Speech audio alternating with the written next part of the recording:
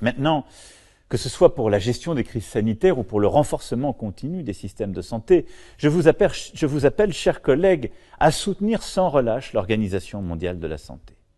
L'OMS est la seule institution légitime pour garantir la sécurité sanitaire universelle et nous permettre collectivement d'avoir une réponse coordonnée, unie et solidaire. C'est ce qu'a fait la France en doublant ses contributions à l'organisation pendant la crise. Je salue en particulier le rôle joué par le directeur général de l'OMS, cher Tedros.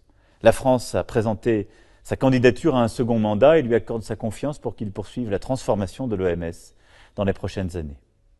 Ces derniers mois, ces dernières années ont vu se développer une conversation passionnante qui nous a permis de faire réfléchir les décideurs du monde entier à la gouvernance de la santé mondiale et à la préparation aux pandémies. De nombreuses propositions sont sur la table, qui convergent notamment sur l'importance de renforcer l'OMS dans son rôle de coordination scientifique, d'instance normative, dans une approche une seule santé, et sur la nécessité de lui donner davantage de moyens pour agir.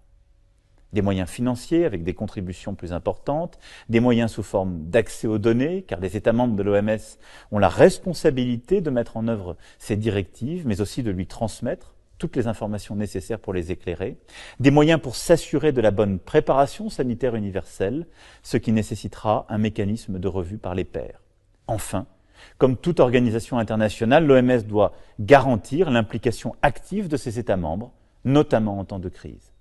C'est pourquoi la France soutient la mise en place d'une commission permanente du Conseil exécutif de l'OMS sur les urgences sanitaires et appelle à un positionnement ambitieux de ce dernier pour nous permettre d'être collectivement prêts quand une urgence se présente.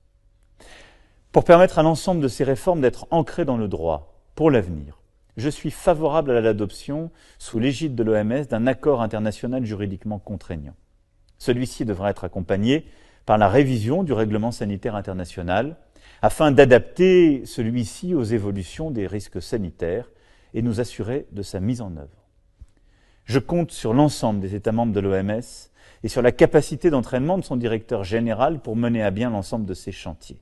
C'est la condition pour avoir une science libre, ouverte, indépendante de toute pression politique, des mécanismes efficaces de prévention des crises et de réaction les plus rapides face aux crises, des mécanismes d'organisation collective lorsque les crises sont là. Cela vaut pour la pandémie actuelle, mais cela vaut pour tous les défis auxquels nous aurons à faire face. Pandémie nouvelle, mais interaction entre les déstabilisations de notre biodiversité et de la santé humaine.